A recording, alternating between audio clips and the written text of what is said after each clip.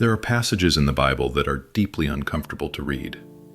One of the most difficult questions sounds like this: why did God command the destruction of entire nations? This is not a question invented by critics. It comes directly from the biblical text itself, especially from Deuteronomy, Joshua, and the books of Kings.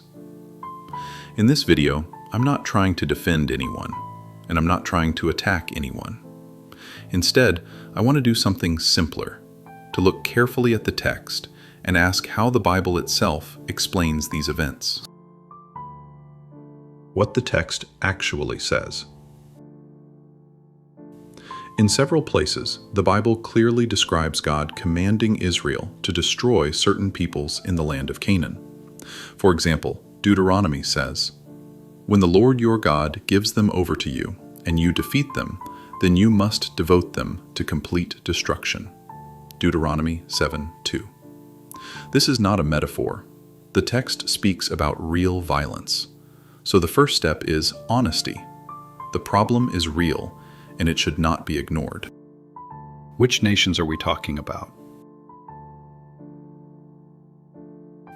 It is important to clarify something immediately. The Bible is not talking about all foreigners or all non-Israelite peoples. It refers to specific nations in Canaan at a specific moment in history. The text also makes an important point. It is not because of your righteousness that the Lord is driving them out before you, but because of the wickedness of these nations. Deuteronomy 9:4-5. Israel is not presented as morally superior. It is portrayed as an instrument of judgment, not as a reward. The reasons given by the Bible. The Bible repeatedly gives reasons for this judgment. They are described in religious and moral terms. Deuteronomy says, "They burn their sons and daughters in the fire to their gods." Deuteronomy 18:10. Leviticus describes practices involving violence, blood rituals, and sexual exploitation. These texts focus especially on child sacrifice and cults associated with extreme forms of abuse. According to the Bible, the issue is not ethnicity. It is the continuation of practices the text considers destructive.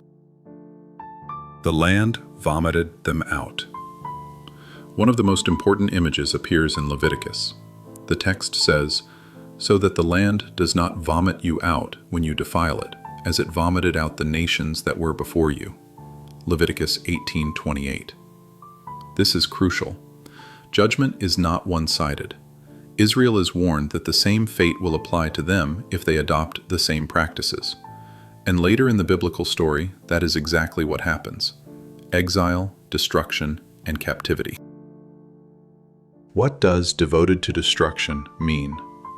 The Hebrew word used here is herem. It does not simply mean killing an enemy. In the ancient world, it meant complete removal, the end of a religious system, no possibility of assimilation. Religion, culture, and daily life were inseparable. To allow the cult to remain was to allow the entire system of values to survive. This is how the text frames the command. Not a universal model. This is extremely important.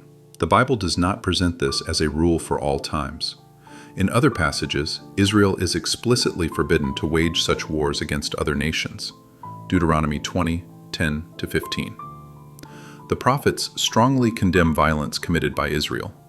This episode is portrayed as a unique historical judgment, not a timeless command. The New Testament perspective. The New Testament does not erase these texts. It does not say, "This never happened," but it clearly changes the focus.